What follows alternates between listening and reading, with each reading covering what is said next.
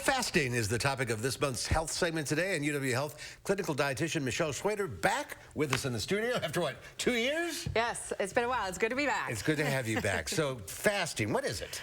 Yeah, well, fasting, it's been done for centuries, and basically all it is you willingly suspend how much you're eating or what schedule you're eating on. And so people have done that for religious reasons, they've done it for political reasons and protest reasons, and they've even had to do it in the country when food is scarce. There's just been some natural fasting that has happened, and people have been worried about the healthfulness of it, but we've kind of proven that wrong over the years. Is it for losing weight or general overall health?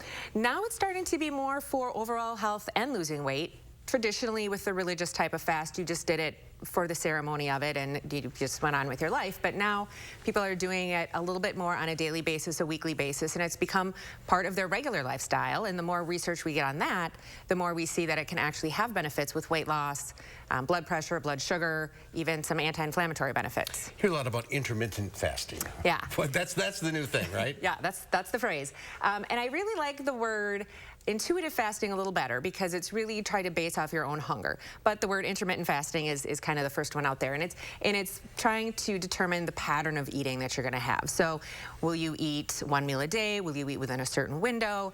And the flexibleness of it is what I really like for patients, because it doesn't have to be an everyday thing. It doesn't have to be perfect. You can definitely adjust it to what your shift is that day or whether you're working or not. Do you have to adjust what you're eating? Well, it's always a good idea to base it on a healthy guideline. So if you're eating less meals in a day, it's actually more important that those meals be nutrition. You don't have a lot of nutrition to waste, so to speak. So you definitely want to stay hydrated and really focus on the produce and the protein is a mantra that I use a lot. Focus on your produce for your vegetables and fruits and your macronutrients, and then your protein to help build all the cells that you're going to need. So those are the things you want to turn to the most.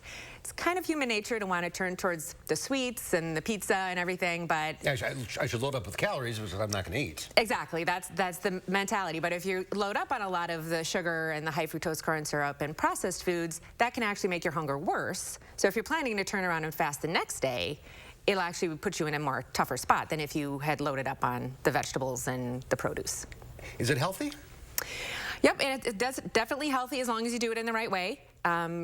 Past meal skippers have made the classic mistake where they will have skipped a bunch of meals and then they'll have a very large dinner, and then you still go over your calories, and your body can only process so much at a time, so the rest gets stored as fat. So maybe you still need to be reasonable. Maybe talk to a professional before you go out. Definitely talk to your doctor or dietitian. Michelle, great to see you in person, live and in color. It's great. All right, we'll see you next time. Thanks.